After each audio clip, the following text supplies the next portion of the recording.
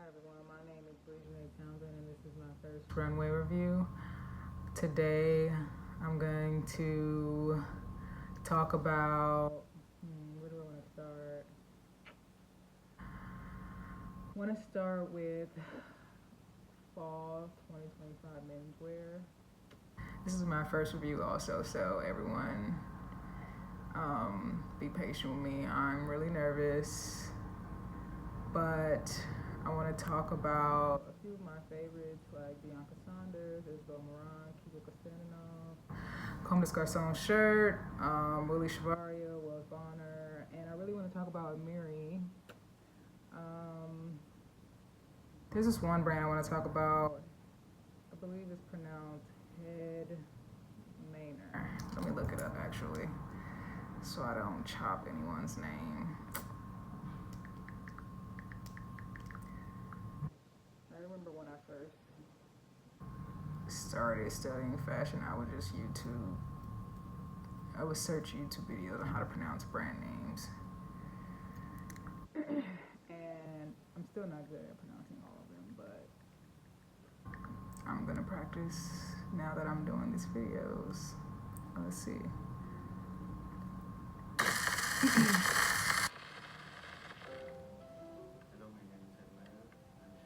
Oh, I said it right. Head Manor.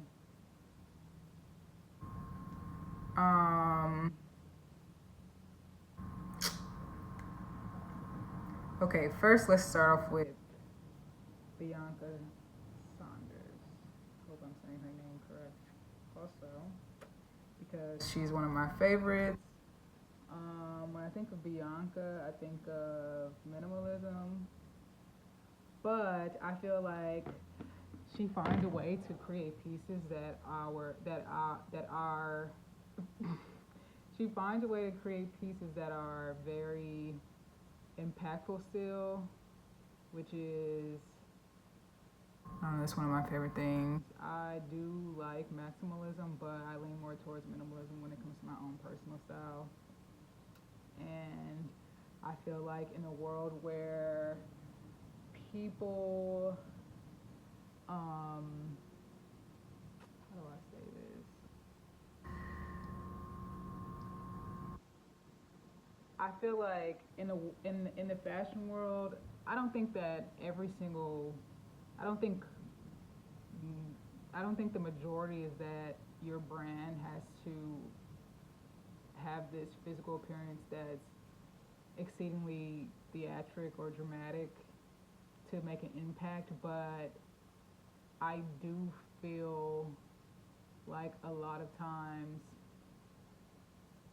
certain brands are overlooked because of the price points that they choose to sell their clothes at. So it's like, if you just want to make a white Oxford and sell it for $1,000, and like people can't see the value, people can't see the purpose in paying that much money for something that simple. They want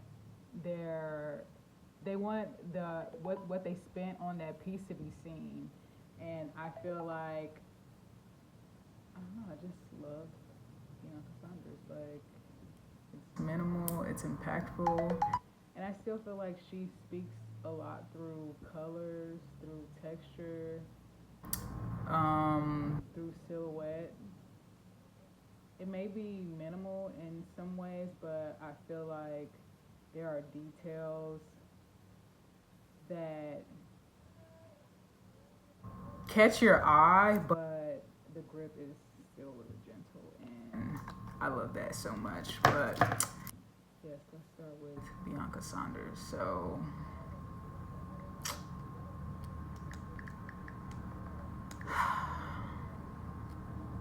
I'm really nervous.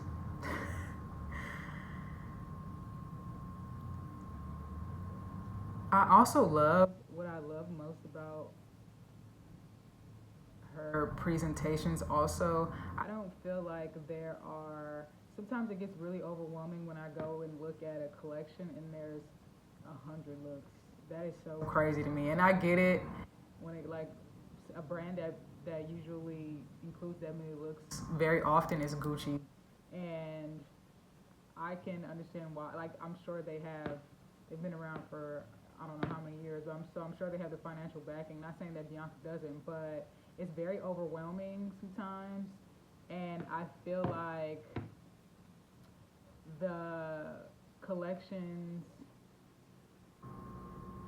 overall story gets scattered out unnecessarily, and I'm just like, I don't want to. I like Gucci, but yeah, no. Yeah, her and Bianca Saunders Fall 2025 Menswear collection. There are 17 looks, and I think that's perfect, to be quite honest. But yeah, I love how simple most of her looks include 2 to 3 pieces in each look, and I really love that. I also love the color palette that she chooses. I love the color palette that she chose for this collection. Lots of dark tones, lots of denim, lots of natural tones, whites, creams. I love monochromatic looks so much, and I feel like that's a code of hers that she constantly reintroduces in each collection.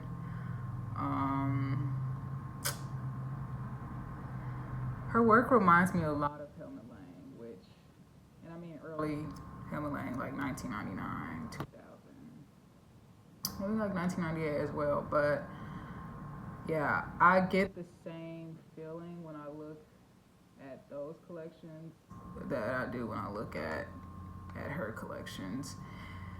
Just very simple, impactful, bold.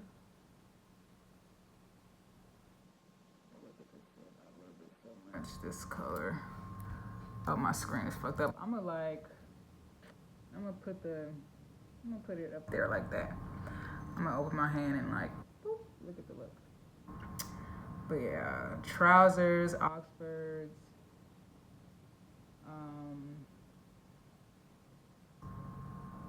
This look is so good. What is this? This is like, it's like aged leather. It looks like wax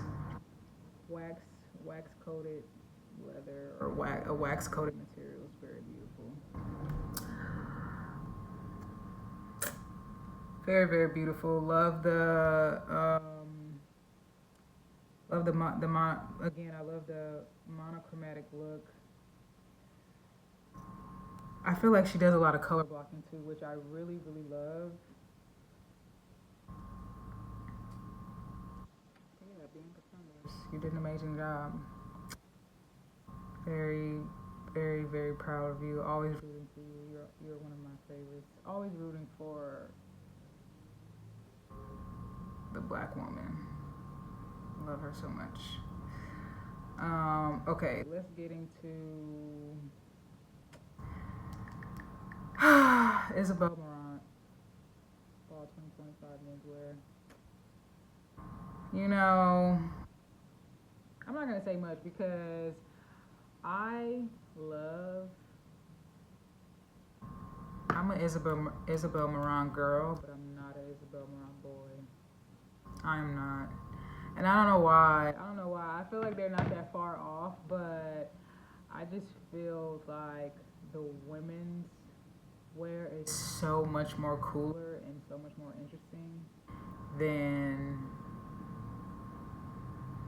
her interpretations on men. Yeah. I don't hate it, but it's not my favorite. Let's see. Comme Garçon shirt. Love. One of my favorite things about Comme Garçon is how whimsical and goofy the models look on the runway. I think it's beautiful and I think it's fun. I don't like. I love a very serious moment, but I also love it's clothes. I don't feel like it should be that serious. Like, yes, it's a representation.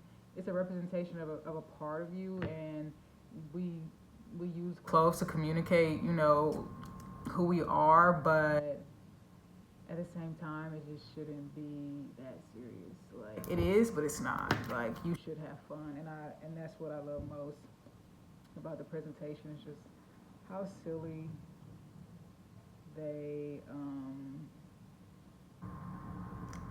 they get when they present during the fashion shows. But as usual, really great Oxford. The colors are really, really good. I think that's something I really admire about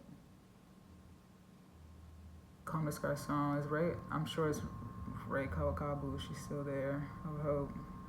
Let me see. Somebody else is. I'm just gonna give Ray the credit. But yeah, I feel like she does such a good job at combining colors that I probably wouldn't even, personally myself, I'm kind of boring, and I play it safe when it comes to color, but I feel like she does the total opposite. Like, she is so not safe when it comes to color, but it works out in the end, and I really love that. Really, really love this look. This look 23. I'm gonna put it up. Look 23. Great color palette. I love color is everything to me. So fun. This Oxford with the different patches, the diamond cut patches, so fucking cute. I love that. Look at their hair, so good. So good, so good. But yes, always fun.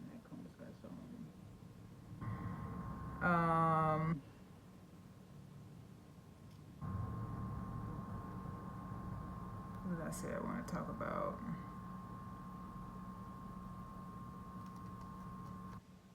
Willie Chavaria.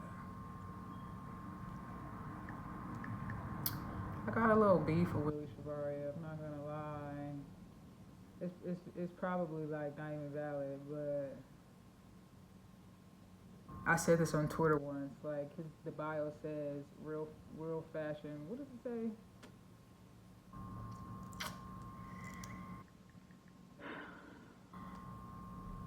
Oh, he took the bio out. It says something about New York.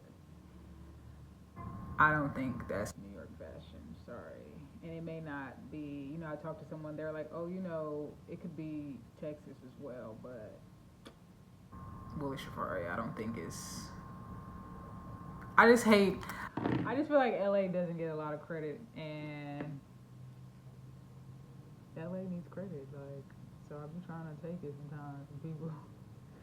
But overall, 10 out of 10, love this collection. It was so perfect, so beautiful. The velvet suits were so gorgeous. Look at this red velvet suit.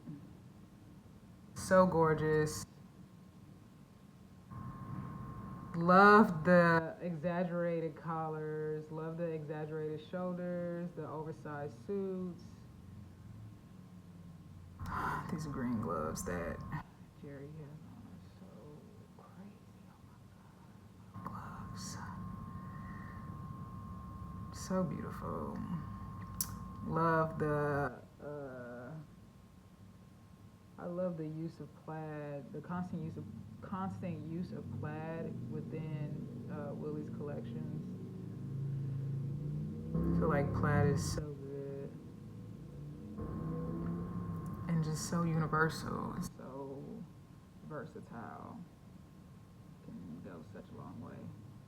But yeah, very beautiful collection.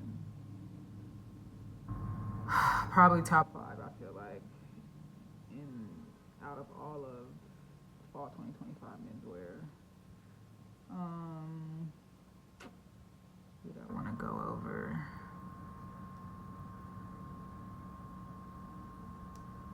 Wells Bonner. Graceful's Bonner is so amazing. So cool. I feel like Wells Bonner brand identity is so solid and consistent, and I find that very admirable and inspiring. This model is gorgeous. Like, looking at, or sorry, I don't know. Let me not let me not assume this person's identity, but this collection is absolutely gorgeous. I love this Oxford with the woman's face printed all over. Gorgeous. The tailoring is immaculate. Materials, the colors, the fabric, everything is good. Everything is perfect. Like,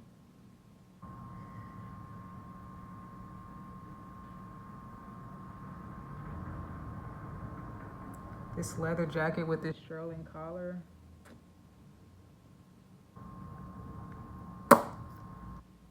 Chef's kiss. Perfect.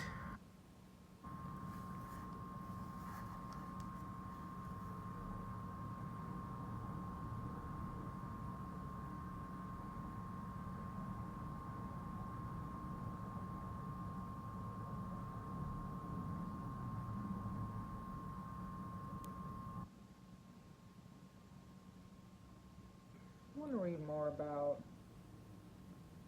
this brand and where she's from.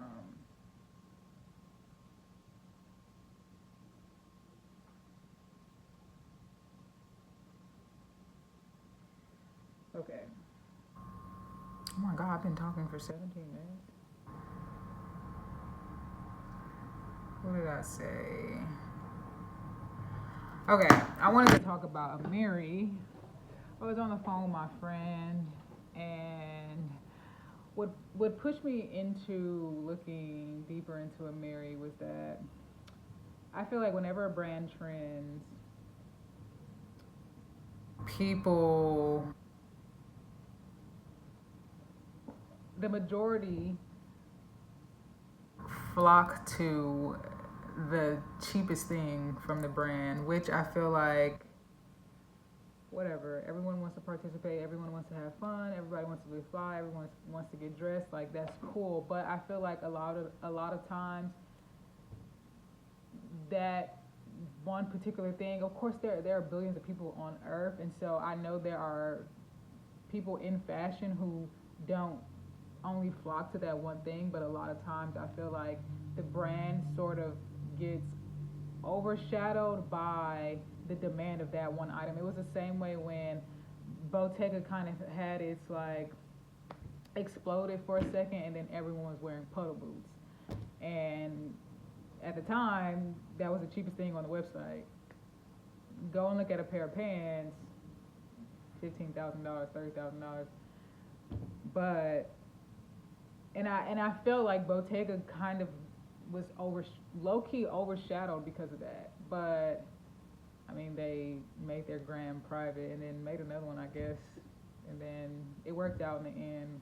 Like, I don't think it destroys a brand, but I feel like the same thing sort of happened with Amiri, where, you know, obviously all of the worlds and pop culture, they're connected: music, art, fashion, politics. But so, you know, in music, you know, all the rappers, they're talking about Amiri, and so when that happens, you know, people want to participate, and then they go and buy Amiri jeans. That was the thing that was trending, and whenever that happens, I look into the brand, and at the time, I think this was maybe, I want to say 5 years ago. Yeah, 5 years ago. 4, 5, 6 years ago, but it was trending for years. Like that, Amiri jeans, that was a thing. Like the rappers, they wore Amiri jeans, and you know, and then people follow. Like everyone goes out, they buy their Amiri jeans, whatever. But I went and looked at the brand, and I didn't hate it. I didn't love it, but what I thought was, okay, there's something there that's that holds how can I say this?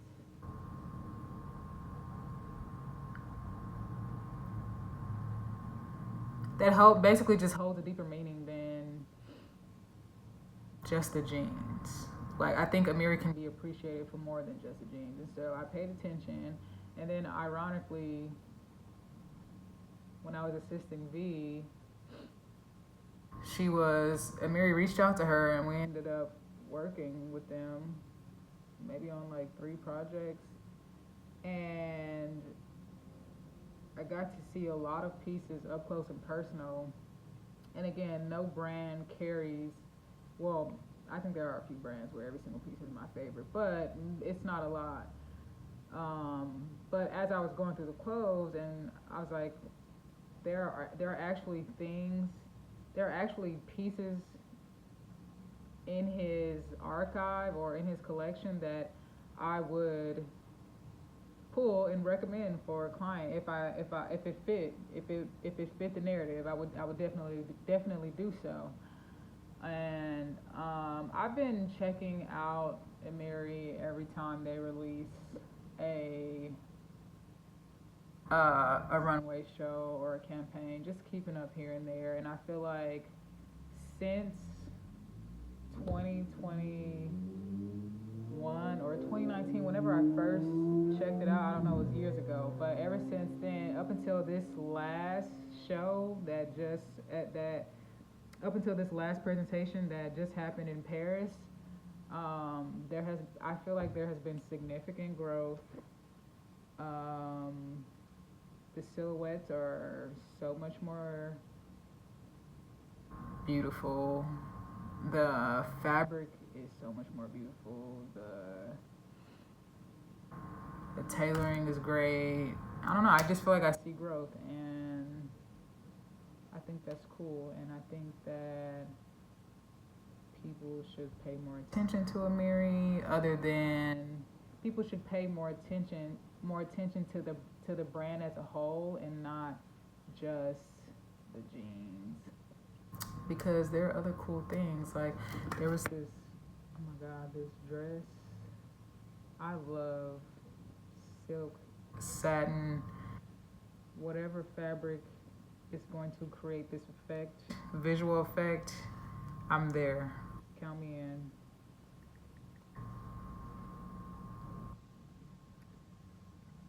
Let's see. Look 46, I think. Let me make sure I'm right. 50,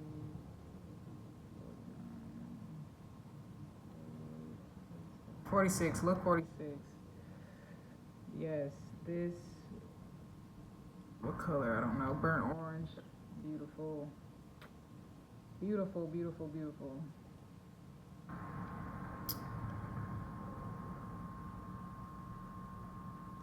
Loves this purple leather, eggplant, orchid, whatever you want to call it. It's gorgeous. I love it. I just think there's a lot of growth, and I'm really happy for him, for Mike.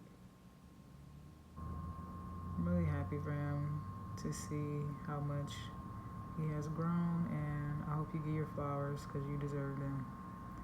You deserve flowers for more than just your jeans. Okay, let's see.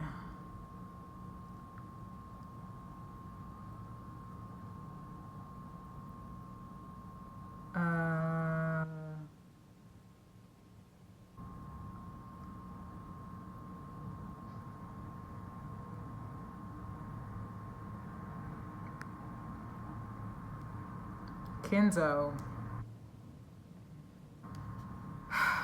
I just caught up.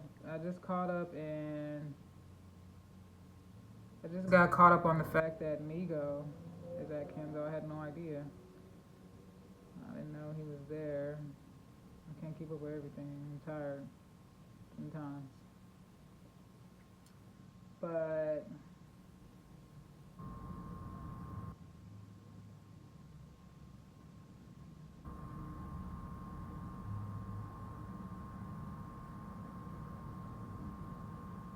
oh, I didn't know Futura worked on this collection too. That's cool. Oh yeah, the bags. They look like the comb bags, but I mean, that's not an issue, I guess. But my favorite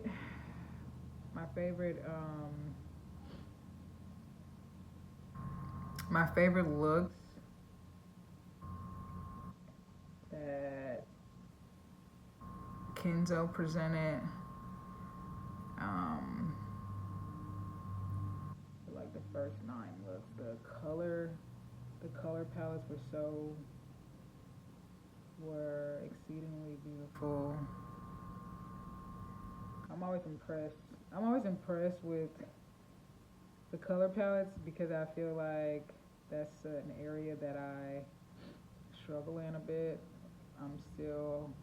I grew up limiting myself when it came to color. I mean, I loved lime green growing up, and I loved royal blue.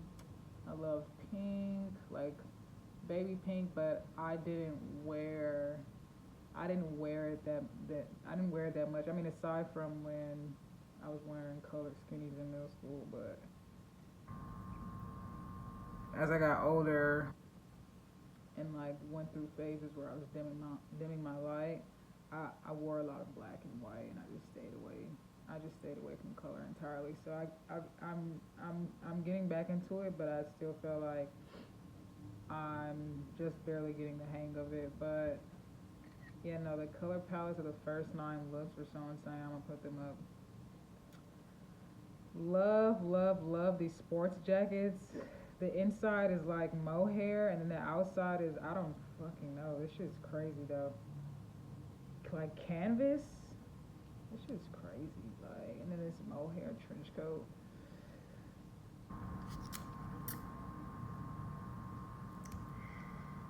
I could probably just put the pick up without putting my hand up. But yeah, this mohair trench coat. I'm gonna put all these looks up. Oh, this fucking denim sports coat with the mohair lining is insane as shit. Like, man, this is so beautiful. And this mohair trench coat, oh my god. Canvas exterior, mohair interior. There you go. You did your shit. You did your big one, my guy. This mohair, this pink, bubblegum mohair vest. I'm assuming it's a vest. It could be anything. I can't tell. He has on a trench coat, not ribbed. Or is it ribbed? Ribbed trench coat that's very beautiful, turquoise color.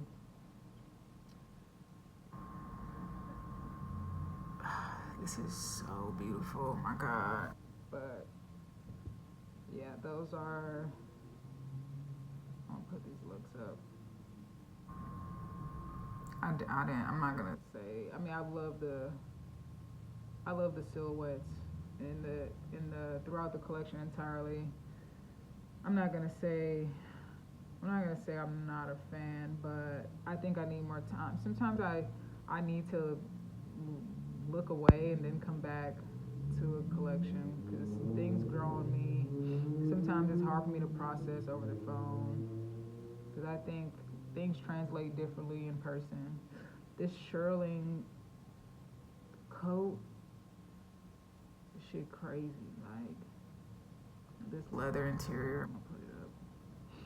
But Migo, this collection was so beautiful. 10 out of 10.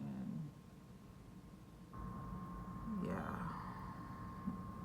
You did an amazing job. But yeah, those were the brands that I want to cover for fall 2025 menswear. Let me know what you think. If you have any comments, questions. Yeah, I'm probably gonna do couture next. I wanna keep, I don't know how I'm gonna, at first I was imagining that I would do each brand separately, but I don't know how I feel about that. But I don't know, trial and error. I'm gonna figure it out. Gotta start somewhere. But thank you for watching, and I'll see you guys next time. Oh, look at this pink coat. I'm gonna put this up too so you guys can see. But yeah, thank you. Bye.